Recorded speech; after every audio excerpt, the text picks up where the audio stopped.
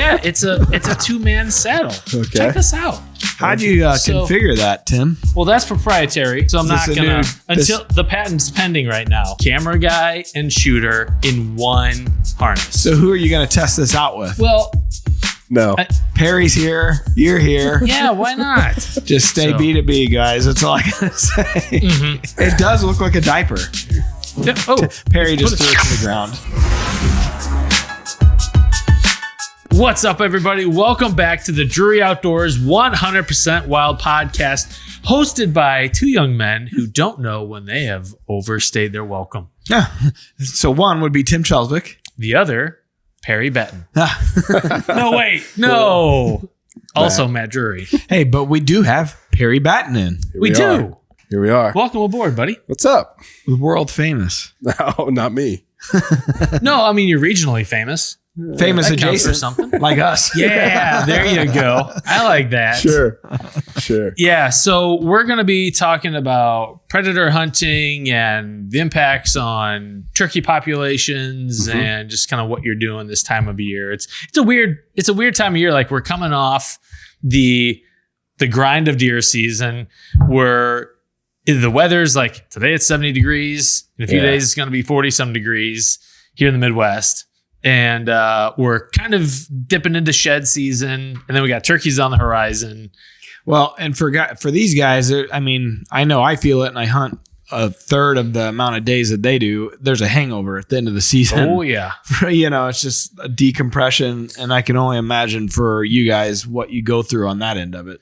Yeah, I mean, this time of year, certainly just, it's more what I'll call relaxed. Like, we just kind of make our own schedule, if you will. Like, you know, go to some doctor's appointments that we haven't done in 6 months. I've had a tumor that I've been wanting to have looked at for the past 6 months. It's not a tumor. Can we finally get that taken care of? But no, I mean, we still have a list of stuff on the farms to go do, but a lot of it's weather dependent, even trapping. Cause like this past week, we haven't set traps because it's so wet. Like if you even walked on a farm, you made ruts from your own footprints. So it's just. Speaking of ruts, we want to remind people that if you're listening and you haven't liked and subscribed to the show, you're in a terrible rut. I was wondering how where are you going with that? Yeah, no, you're in a rut of stealing from us. Well, so we do need people to subscribe, like, share, shout outs, right? We need shout outs. I mean, we've talked about this. We struggle with saying that on the regular basis because, one, everybody says it. And two, if you're going to do it, you probably would have done it already. But it does really help. It does help, yeah. Yep. And that way you don't miss anything. Yeah. We have a shout out, Tim. We do, yeah. Rod Rinker 2757 on YouTube said, awesome podcast as usual. It was great to see and chat with you all in Nashville again. Oh, this is about you guys. Never mind. I know who this gentleman is. He said, congratulations to Madman Mark Drury once again. Very well deserved. Keep leading the way in everything outdoors. Appreciate it, man. So this is a Joe Schultz connection. This is a good buddy of Joe's. Yeah. Sweet. Shout out Joe Schultz. Small world. I was bummed that I didn't. I definitely had FOMO. It was a good one to go to. Was that the first time you've been to that national convention? No, I've been one other time back before I even worked for you guys. Yeah. I just went as a hunter, as a fan, for just NWTF in general. But first time I went, as the company or with the company, if you will. It was packed. It was crazy. What was Saturday? Like 72,000 people? No, I think that's for the entire 3 days or whatever. I think the attendance was 82,000 and some change. So, but on Saturday, I wouldn't be surprised if there was 30,000 on Saturday. For sure. I mean, it was packed. Yeah. I ran to the GSM booth and then just stayed. Yeah. Hi. Yeah. Cause it's hard to get through the aisles. You couldn't go anywhere. Yeah. Because people were stopping you. Please sign my baby. No, that's him. No, not me. Well, I did stand next to Mark and Terry and Taylor. Aren't you the other Drury? Producer George wanted me to start another podcast. I said we could call it The Other Drury. I like it. You Yeah. be on that one too. Like this. No. I mean, I have standards, and that's adjacent, and I don't Too think I would want. far removed. Yeah, it's like a copy of a copy. You don't want to dip in there. Well, we should also tell people that a little later in the show, we're going to dig into a social post that I got kind of flamed over. So did Perry comment on it? He likes it to. Seems like something that would have been like prime rib for. Let's talk about this. What's going on with you two? Can't we just get along? I know 100% what's going on. What is it? Perry? No, let's hear it. You said No. you know. No, Perry is the problem. It's romantic tension. No, it's not that. I'll say it. It's not that. Oh, it's not? No. Well, now I look like an idiot for having said that. There's just That's always what you get for there's going always- out on a limb. there's always people in this world that you just like to mess with. And Yeah, Tim. he just falls in that good Yeah, character. it's because I'm white, huh? Well, yeah. Tim, stop with the racial tensions. All right, we've gotten too many letters. Well, Might bump the numbers up a little bit. There's no bumping the numbers up. All right. we haven't gotten blown up yet over last week's episode. No, but just Give it time. Yeah, I mean, it's only been up 2 days. It's the calm before the storm. Yeah. I've been waiting for it. So It's gonna happen. I think we'll be fine. I'm sure Perry listened to it on his way I here. did not. Oh, weird. What was last week? We had Kenyon on, Mark Kenyon. From I Wired saw Hunt. that. I have not listened to it yet. And we were talking about just kind of some of the federal layoffs that may or may not affect your experience on public lands. Of course, national forests and national parks. Yep. This spring, summer, and fall. So it was a good one. Kenyon's a wealth of knowledge on that stuff. So it was good to catch up with Literally him. wrote the book. Yeah. Literally. Mhm. So Perry, something I'm super fascinated by, but I'm too friggin' cheap to go out and buy a thermal optic. Mm-hmm. That fascinates me. The just being able to hunt at nighttime. Yeah.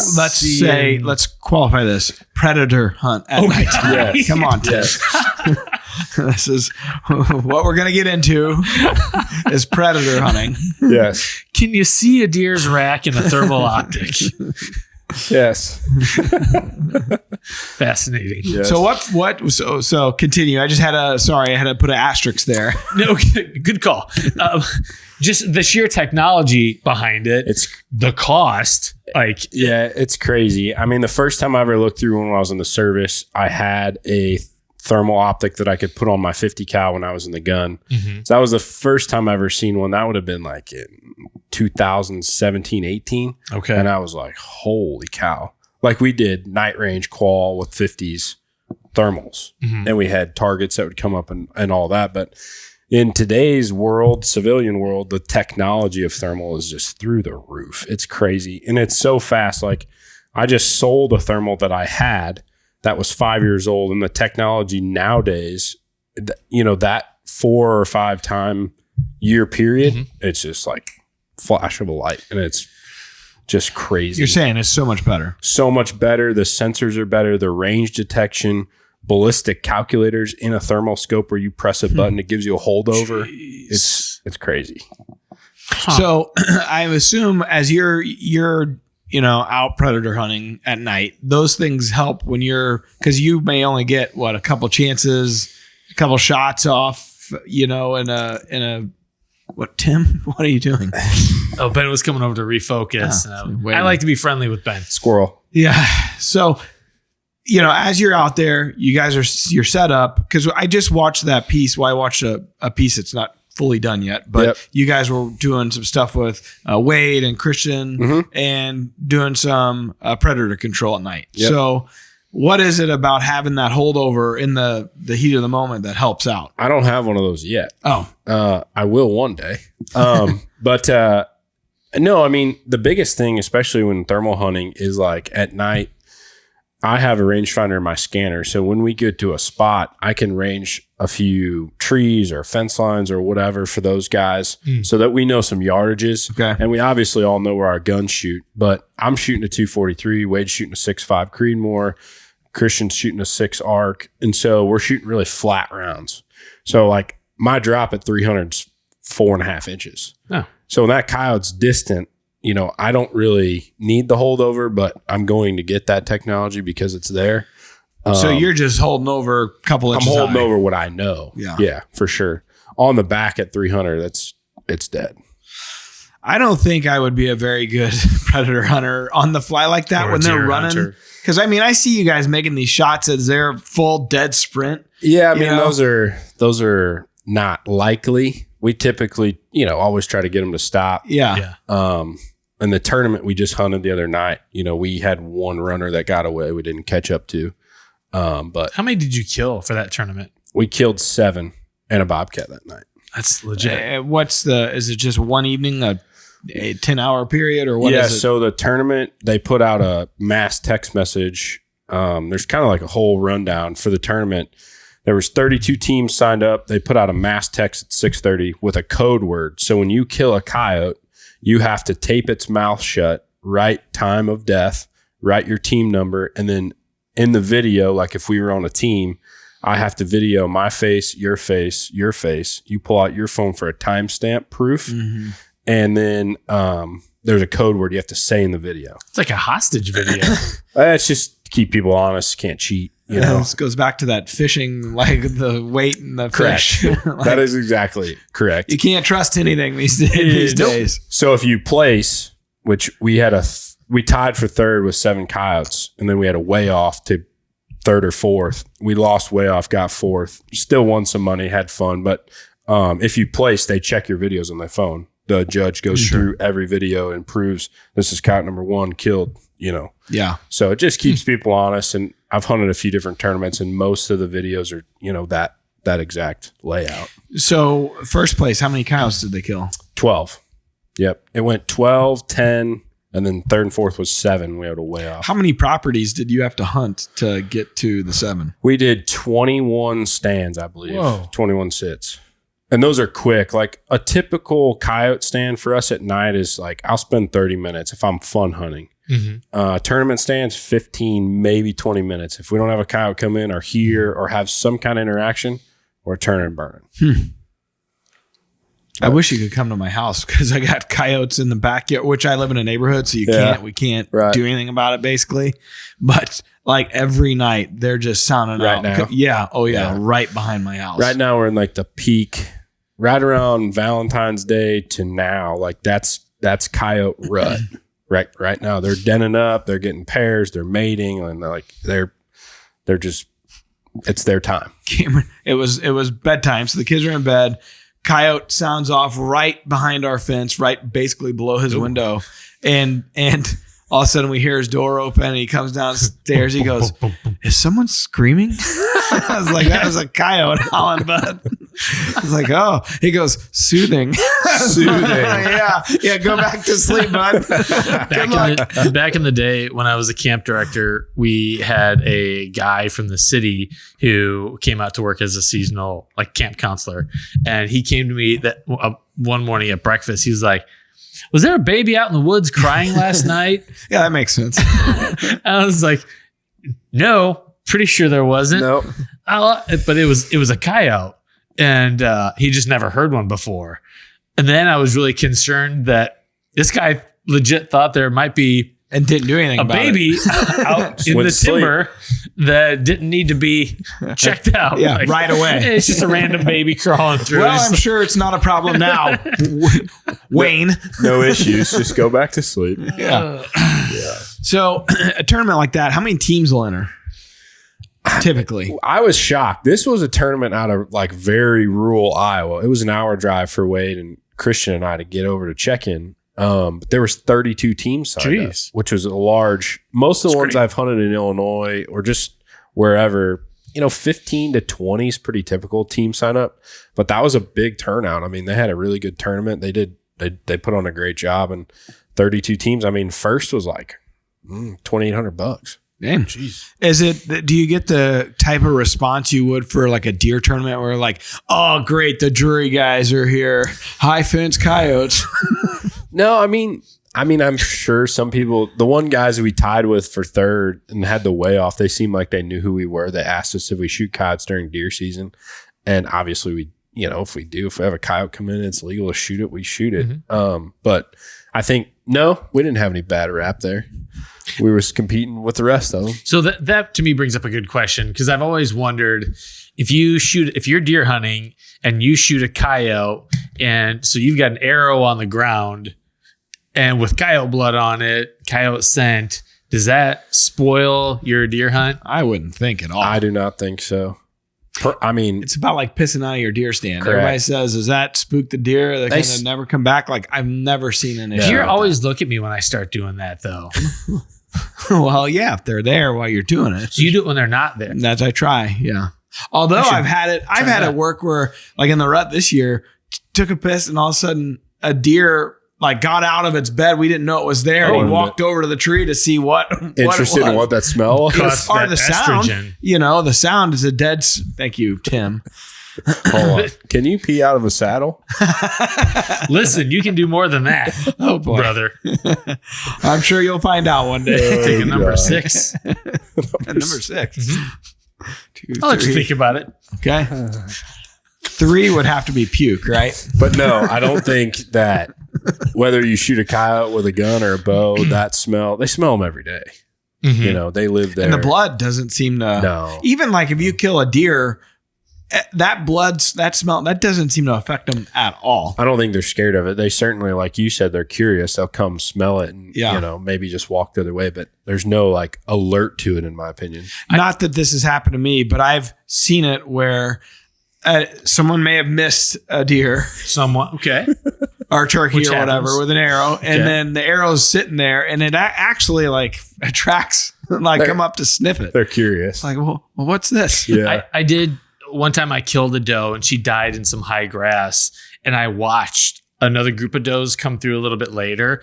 And I think one doe like almost stepped on this doe. She shot straight up in the air, cleared probably 5-6 feet up, and then just took off. Yeah. But I think it was the visual or the tactile. Now they'll rubberneck it. They'll do one of What those. the heck is What is Gladys that? doing? Debbie's dead. We have a lot of that when we shoot does late season, just because we shoot so many of them. There'll be, there might be 4 or 5 out in the fields, and then you'll get those new does that come out. Seems safe. Hell, what in the Saving Private Ryan happened here? It's like they're all laying on their side, white bellies showing. Seems fine. Fuel them up. A lot of sleepy does here. Must have ate too much. Yeah. Yep. Yeah. Well, just the whole, like, if you have 2 or 3 coyotes come in, you pop one, does the sound of the rifle turn them all 180 and they're running away, or do you still have a chance at more? That's kind of situational dependent. Obviously, we typically hunt. I mean, I've hunted by myself at night and done great, but I typically hunt with somebody, or if we hunt a tournament, 3 guys is typical. Mm-hmm. So, like, if we have a double come in, if it's on the left and Wade's on the left, hey, Wade, take that left coyote when they stop, and me and Christian will double team the right one, or however it works out. If there's 3, we'll all take one. If there's a single for a tournament, we'll double bullet a coyote just so that it's dead and we get it and we're gone. Mm-hmm. So it's situational dependent. We had a double during that tournament come in, and Wade stopped, and Christian and I's wasn't stopped. And Wade was like, mine's dead to rights. It was, 80 yards. And I said, we'll shoot it and we'll try and catch up with this one. We never caught up with it. But shooting suppressed certainly helps that. And a good sound switch. As soon as your shot goes off, if you can get to a button on a collar, like a preset, switch it to a pup distress or a fight or just a different sound in general. That second or third coyote, sometimes we'll run out there and, double take what happened, and you'll get another round on range. Like in school when you maybe fart and you cough at the same time just to cover the sound. Very similar. That old wooden desk seat. No escaping that, bud. It's an amplifier. Like those the plastic kids chairs that we had those at the camp that I used to run, and our HR person came in to do a session with like 6 people, like semicircle HR person in the middle, and very quiet, very intimate. And she ripped one going through this just like workbook binder thing. And no one said anything. And it was just dead silent. And my brother, who was there at the time, he just said, wait, did that just happen? And then Runs finally, in the family. Huh? it's like, yes, yeah. Autism. It's the elephant in the room. You got it. What did she say? Did she respond? Then she started laughing and she claimed it, and not literally, but it cleared the air. I mean, for a girl, that's got to be the most Tough. devastating thing that could ever happen to Unless you. For you're a my guy, daughter. just like, well, hey, Yeah. this is what it is. Yeah, my daughter's proud of him. Now she is, but if she's proud of him when she's 20, then it's a different story.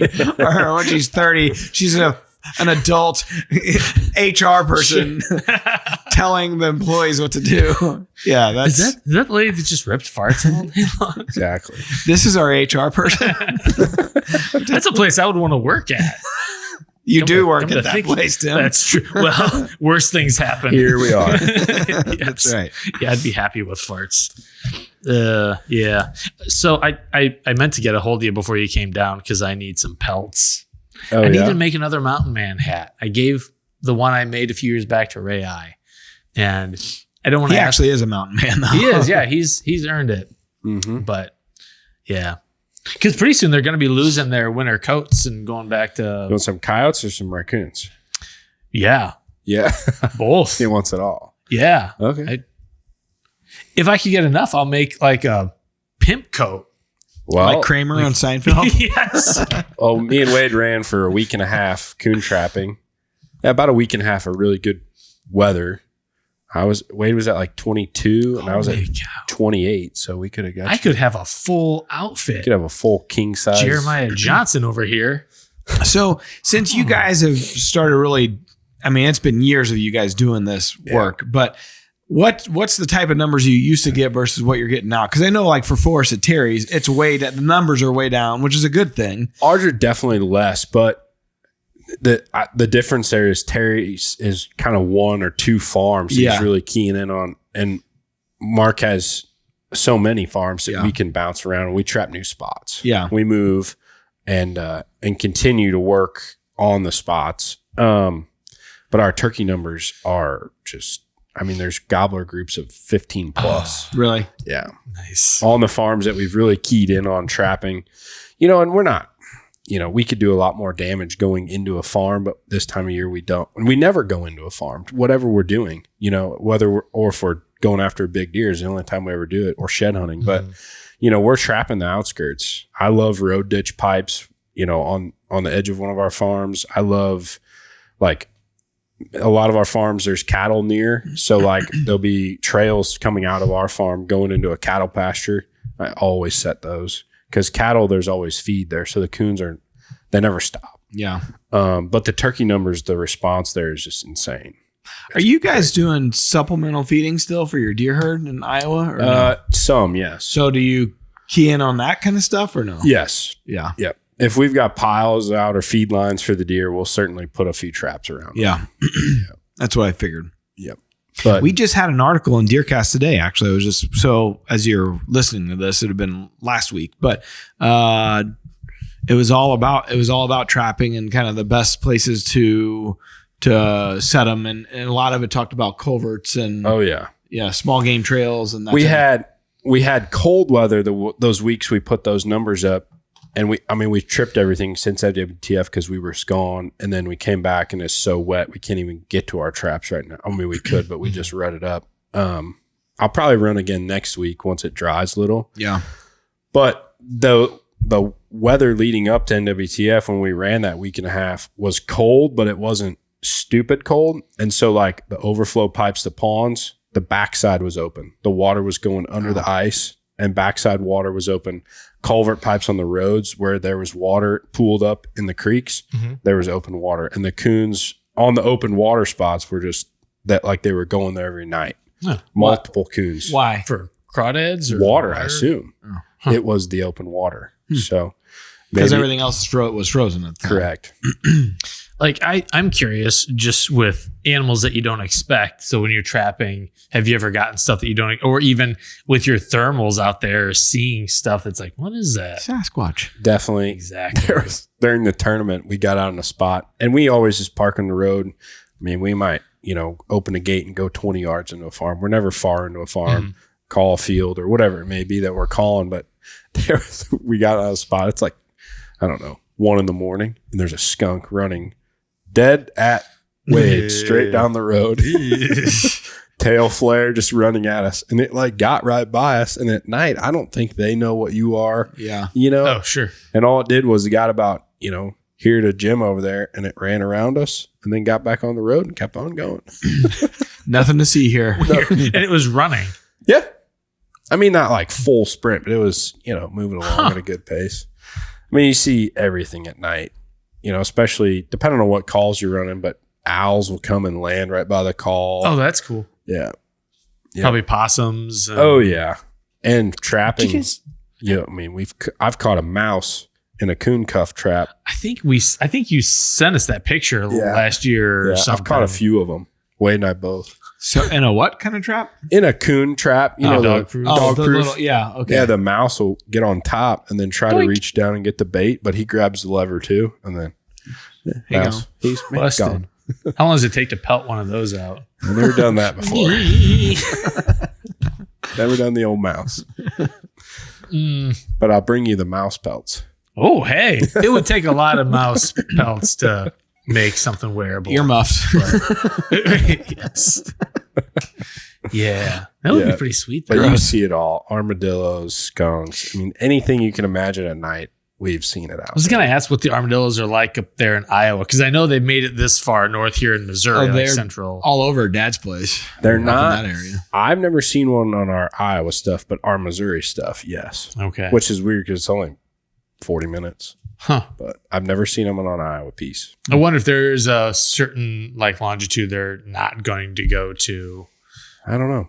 I've seen them hit on the road, but I latitude. personally have never seen them out. So yeah, we've definitely had them in the backyard and tearing up yeah, the down garden. here they're much more prevalent. When I lived in Illinois, we used to see them all the time. Yeah. So fall, you guys had another hell of a season, but you personally had a really good season. Yep, it was good. So yeah, as you're rolling along in a season like that, because I mean, I'm sure you've had down seasons too. Oh yeah.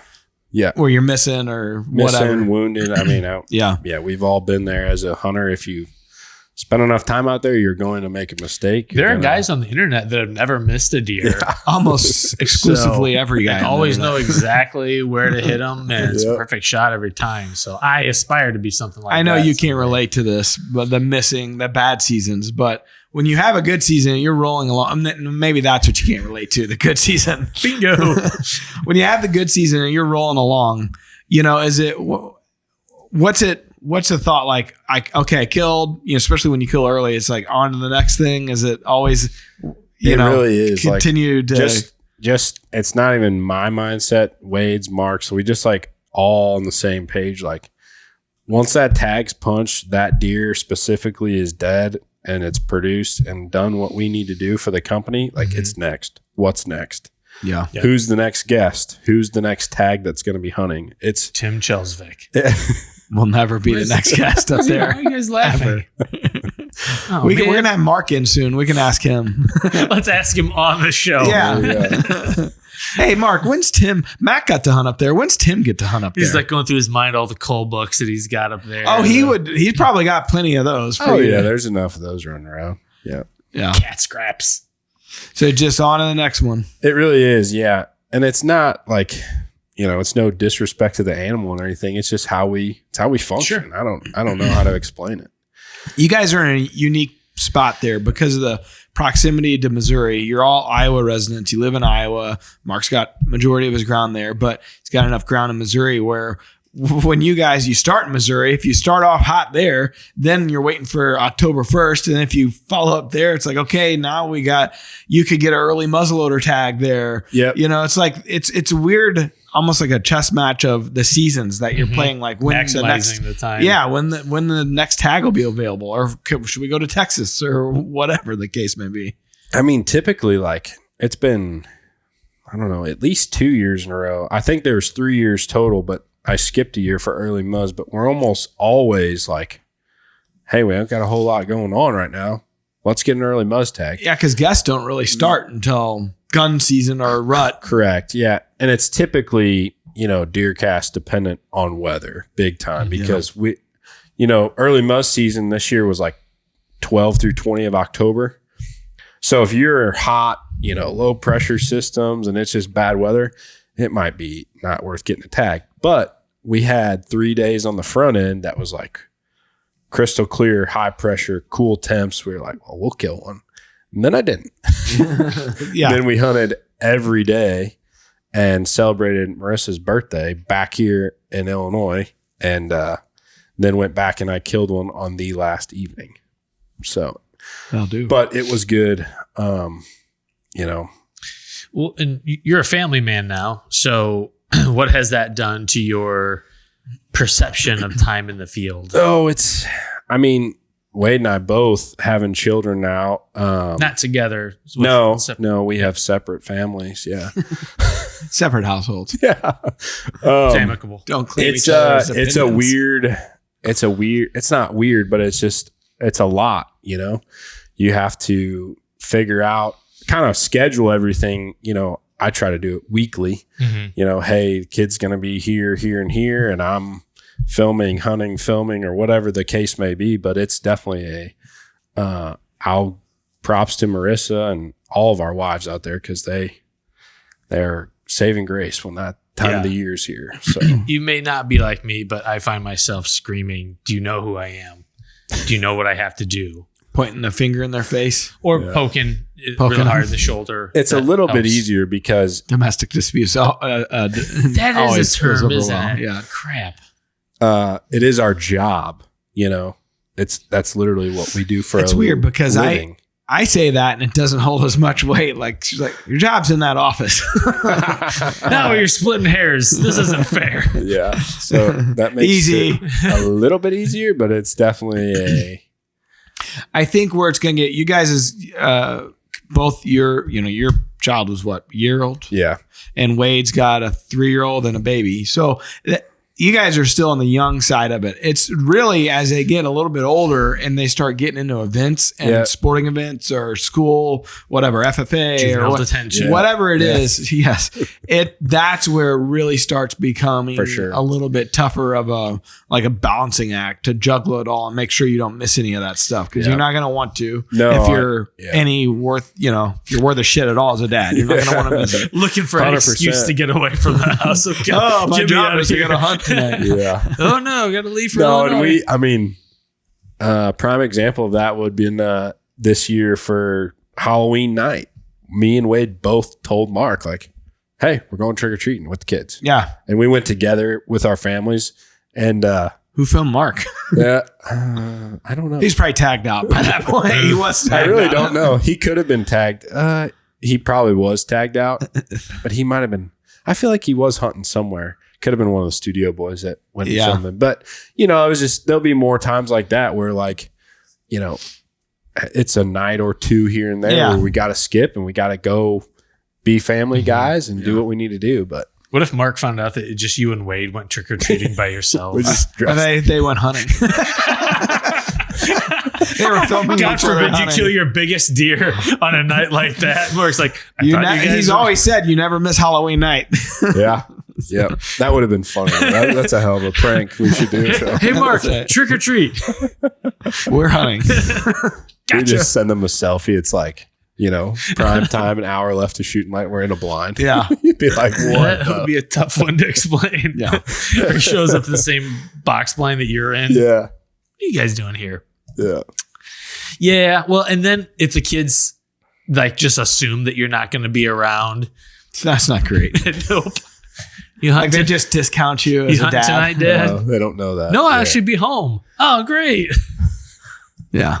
Keep the expectations low. Hopefully, that's what I say. Hopefully they're into it so that can be part of, I always say it helps. You guys you're in a rural area where it's not a big production to go to the farm. It's a much different, in my opinion, a different story when you're living an hour or an hour and 20 or even a half hour away from where you're hunting. It's just like, it's like trying to convince everybody to go with you. Yeah, for sure. Difficult sometimes. It's nice. It's a blessing and a curse, but Wade lives on one of the farms and I live 5 minutes from our main building. So, we can go do and trap and all that stuff pretty. The curse is you're always on call. This is also true. Yeah, 100%. Well, I mean, I was happy for you. You had a hell of a season. It's nice to, especially the guys, you guys have put in a ton of time and work. And because that's the thing. Like, I'm sure you guys get a lot of, must be nice. And we do. You guys are busting your butts. Really not. It's really not. The killing part is, but Jesus, how much time do you got to spend to do it? They don't planning understand. Season. Yeah. Right. You guys see obviously the behind the scenes of all that. But the typical viewer does not. Yeah. It's hours and hours of summer work more than anything to get all the food plots, the blinds. I think last year Wade and I put up 18 or 19 new blinds. Holy cow. So, and those are MFers to put. They're a chore. Yeah. We would build 7 platforms, erect the platforms. 1,000 screws and nuts and bolts. And then we'd have those 7. Then we'd spend like a week putting them out. Yeah. Then we'd build another 7 and then a week putting them out. So we swapped it up a little bit. But yeah, it was a lot. Just in blinds last year. Must be nice. Yeah. Must be nice to hunt out of blinds. Yeah. Actually, your hunts suck because you hunt out of blinds. Oh, no, it's too hot in there. That's not to say that I won't jump in a little bit online with one of my burner accounts. Saddle slinging. So speaking of, I know we've talked in the past about this idea I have for an improvement on the Hawk Helium saddle. I have a show and tell for you guys. Oh, what do you got here, Tim? Oh, Tim, right, for those listening, Tim's pulling out a saddle, an abused saddle. This is not a saddle. This is tandem. Tim's tandem tree saddle. So it's in the B2B configuration. So it's butt to butt. That's good. Did you zip tie 2 saddles together? You don't want it to be a B to D situation or D to B. What would that be? I'm just saying you don't want that. Never heard of that before. But anyways, it's a 2-man saddle. Okay. Check this out. How'd you configure that, Tim? Well, that's proprietary. So I'm not gonna until the patent's pending right now. But yeah, man, this is I mean, camera guy and shooter in one harness. So who are you gonna test this out with? Well, no. Perry's here. You're here. Yeah, why not? Perry, what you don't know is we have a piece of timber we're going to pull in here on the set. It's a concrete block ready to get into. Yeah. There you go. You can pick what side you want. Just stay B to B, guys. That's all I got to say. Mm-hmm. Yeah, I haven't worked on any other plans, but it does look like a diaper. Yeah. Oh, Perry just threw it to the ground. This isn't my dad. This is a cell phone. I threw it on the ground. I was waiting on the soundboard. I was like, "Where's that thing at?" B to B. What's? I should have thrown that out there when we were talking about the desk, the part at the desk. Yeah, that was a real missed opportunity. We'll let Jordan go back in and post. Yeah, the Rack Pack was all on me about getting a saddle and doing like a demo hunt because Mark threw me in the grinder. He did, and there was a couple people that kept after it, and I was like, "If you send me one, I'll do it." But I never found one. So that's all it takes, Tim. Just send Perry one. Okay. It's not like you guys get to pick the color. I probably don't even need a saddle because I have a tree harness from when I used to cut trees back in the day, and it's not too much different than that thing. Okay. So you're OG. You just, now the truth is coming out. Been in a tree before, yeah. Hung a few sets. There's a couple. Despite what the audience thinks, they do have tree stands. We do have tree stands. Yes, we do. Yeah. Again, I love tree saddles for hanging stands. Just because, like, comfort of being up there. Yeah, and where like you're not in a full body harness where you're tethered from above, you're tethered at the waist, so your center of gravity is perfect. It's really easy to work that way. But that was a nice little show and tell, Tim. Thank you. Yeah. We got a segment for you that we're going to go through here. All right. This segment of 100% Wild is brought to you by Leupold. Be relentless. All right. So this is a new segment we're going to do called Hit or Miss. All right.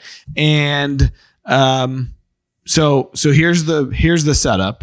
And this is going back to something that Tim put out on social media. Mm-hmm. At the Thinking Woodsman. Yeah. Oh, plug. Shameless. Okay. So there's some shame. You got a wounded buck. It's before end of legal light, but well after a good camera light. Shot or no shot? So is it? Do we shoot it or shoot it? How wounded? Does it matter depending on how wounded it is? Shoot it. If it's just a little limp, would you shoot it? Shoot it. Really? Yep. What if it's a 3-year-old? If did you wound deer and this is your follow-up shot? No. Oh, this is just a wounded deer. Wounded deer in general. Yeah. I would definitely assess the wound. Like, can it barely walk, or is it running past and it's just got a little limp? The scale of that. How wounded is it? I think is my determining factor. Yes, I would agree. I thought when you asked me prior, you made a bad shot. It's like it's just got a limp. Basically, it's probably no. Yeah, because they can survive a lot. Correct.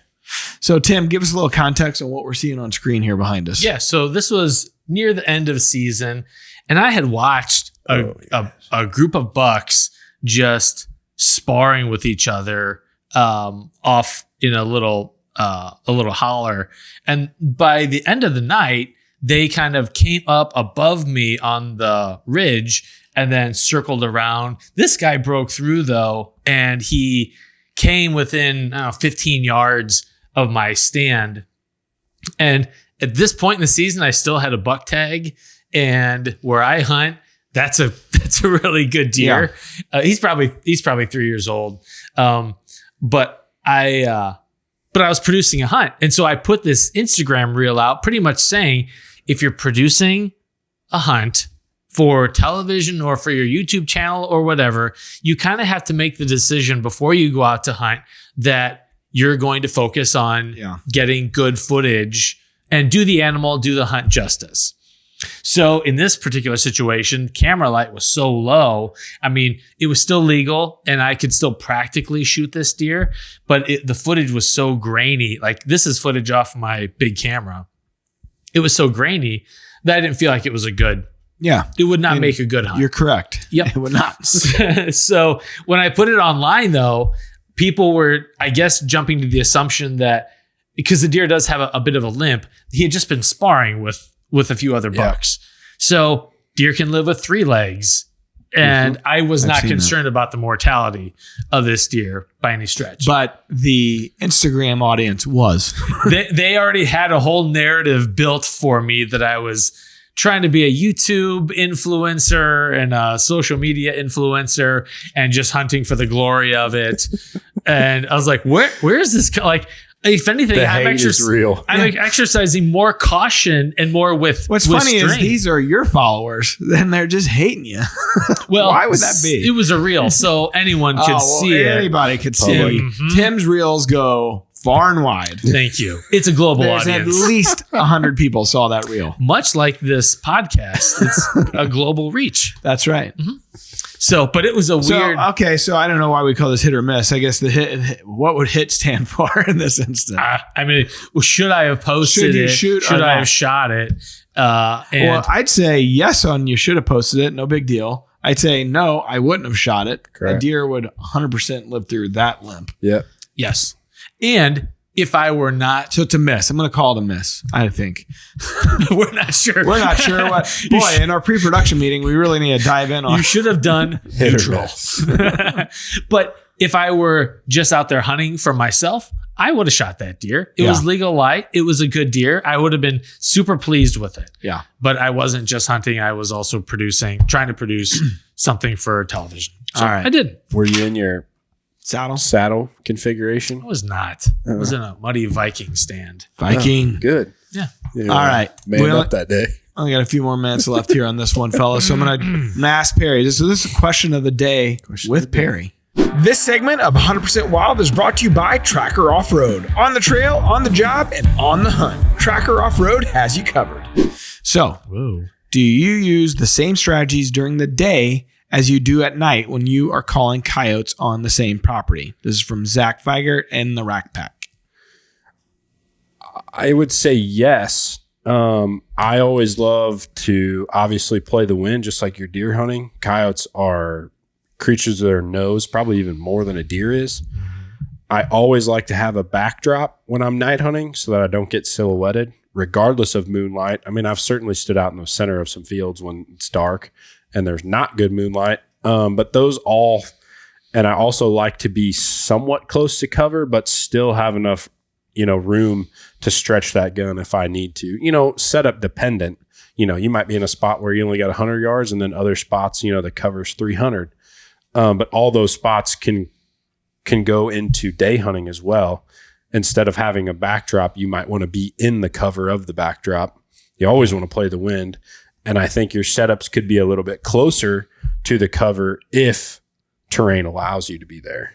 Because coyotes don't typically run as far during daylight hunting as they will at nighttime. Gotcha. Okay.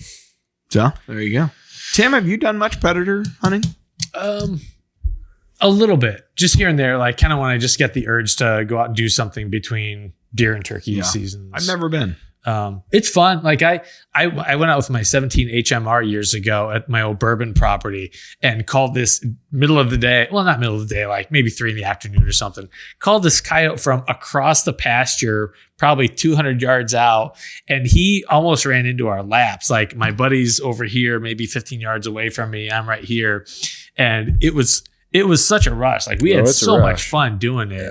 Yeah. But this time of year, for me, it's always like, okay, I can take a little bit of a break. That's kind of how I feel. Certainly. Yeah. So, but it's definitely a blast. All right. Timmy, we got some new rack pack numbers. Carrie, new people for you to abuse online. Bully a little bit. All right, so we got some new members. The Rack Pack is a private Facebook group. All you got to do is type in 100% Wild Rack Pack in the magnifying glass on Facebook, the search button, and it'll come up, answer a few questions, and you're in. It's a cool community where Perry makes fun of Tim a lot for saddle hunting, and we get to share our successes and failures as a group. It's good. So new names this week. We got Dustin Wellman, Jared Michael, James Gymnastics. That's cool. That's the fake name this week. 100%. James and what's in parentheses, Gymnastics. That's tricky. That's a fake one. That's next level. That is next level. I like that. Brandon McCoy, Tay Steed. Are there 2 this week? Tay, if you're a real person, I'm sorry. T Steed? Sometimes you still look at me as though like I did this. I don't know. You did this. All right. Eric Ward. You did it. Miles Frisvold. Oh. Ty Brugman. I like Ty Brugman's name. It's kind of a network. Sounds like a lumberjack. Our lumberjack. It could go either way. Lumberjack who's also on the evening news. That's right. Closing thoughts? Anyone? Perry? Wait, there's a poll in the Rack Pack right now. Who's better shotgunner? I think it was for these here, but it was. We all know it was for. Matt and I were First Form Energy Age. Chatting about that. Yeah, Jim puts in a poll. Jim's trying to pit us against each other. He put a poll in there that arm says wrestling. Who would? I'm pretty sure we know who would win the arm wrestling. Personal hygiene. That too. Yep, we do know who would win that. Everybody's very confident in themselves. But this one was who would win in a First Farm energy drink chug off. And Perry brought up my experience as a college, and I would like to say high school as well. Beer drinking. Wait. I actually won beer pong one year with Miranda. Illegal. It's illegal to drink alcohol unless you're 21. So unless you were 21 in high school, I was breaking the law, bro. Drinking alcohol. I was, and he was too. What? So you were the camp counselor. He was the one telling on us. I heard you guys were at a field party. Tobacco cigarettes over here. Or worse. Not that I was, but I know people. Anyways, we talked about it offset. We would need a heads up to do this competition. A little bit of prep. Because you're kind of live on. Are you 45 now? 46. 46. I'm going to be 44 in a couple weeks here. If I were to drink this drink right now, we're filming this at 2:00. I would need to drink this first thing in the morning because it would keep me up all the GD day. So, figured you guys have to take some Tums or something too. No, Tim's an energy drinking fanatic. Yeah, I drink it, but like I would sip on this the entire day. That would be compelling though. Like to watch you nurse an their energy drink the longest. Maybe get a straw. I would win it. But if it was a chugging contest, I don't care. Anything to beat you, I will pony up. Yeah. But I'd just be like, not at 2:00 in the the afternoon. bubbles on my nose. I don't like it. Luckily, it's a bubbly. Friday. I'd have all weekend to sleep it off. There you go. You come home, Miranda's like, "Did you do drugs today?" Yes. It'd be Sunday evening, and finally, it'd be coming off the high. Dad's raging all weekend. Yeah, I don't drink caffeine other than this.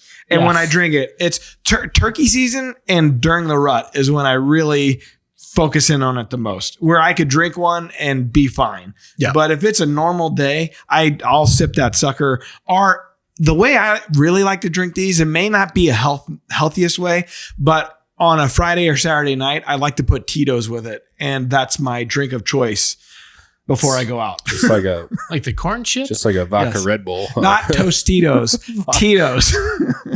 Vodka first form. That's right. They're really good, man. I'm in. That orange sunrise, the Screaming Freedom, and the blue raspberry. This is why I know that you'll beat him in the. This is how I drink my This is energy how I drinks. know. We should petition them to come up with a name, like to allow us to name one of the first form energies. Call it Raging Dad. I like it. You know, they did team up with Anheuser-Busch, and they're officially coming out with something here this year. And I understand they manufacture beer. Yes. So I'm looking forward to that. So, all right. That's enough show for the day. I got officially 3 minutes before I got to get on my next call. Busy So, guy. Busy guy. Busy. Important guy. Perry, Well, busy. appreciate you coming all the way from Iowa to come. bet. Just for this Just show, for man. this That's show. Yeah, just for this. We're going to say Amazing. it was just for this. Yep. And I look forward to you guys' tandem saddle experience. That won't be happening. Oh, okay. Try it for turkey this year. Okay. Did you kill a turkey last year? Oh, yeah. Oh, okay. Act like it's like you've had Duh. years where you haven't killed Duh. turkeys. Have you? They, I mean, it's happened to me, so I'm not going to say. see you next week, everybody. Until next time. So, did you kill one? Details. Yes. I didn't know. I had a It's year. like clockwork. DeerCast is completely updated and better than ever. Prep, predict, and pursue your target buck with our detailed maps, weather, and 14-day movement predictor. We're adding new videos every week, so make sure to click that subscribe button and check out all of our amazing content. This episode of DoD TV is brought to you by DeerCast Maps, waypoints, weather, virtual rain gauges, and more. Every tool you need to get ahead of your game.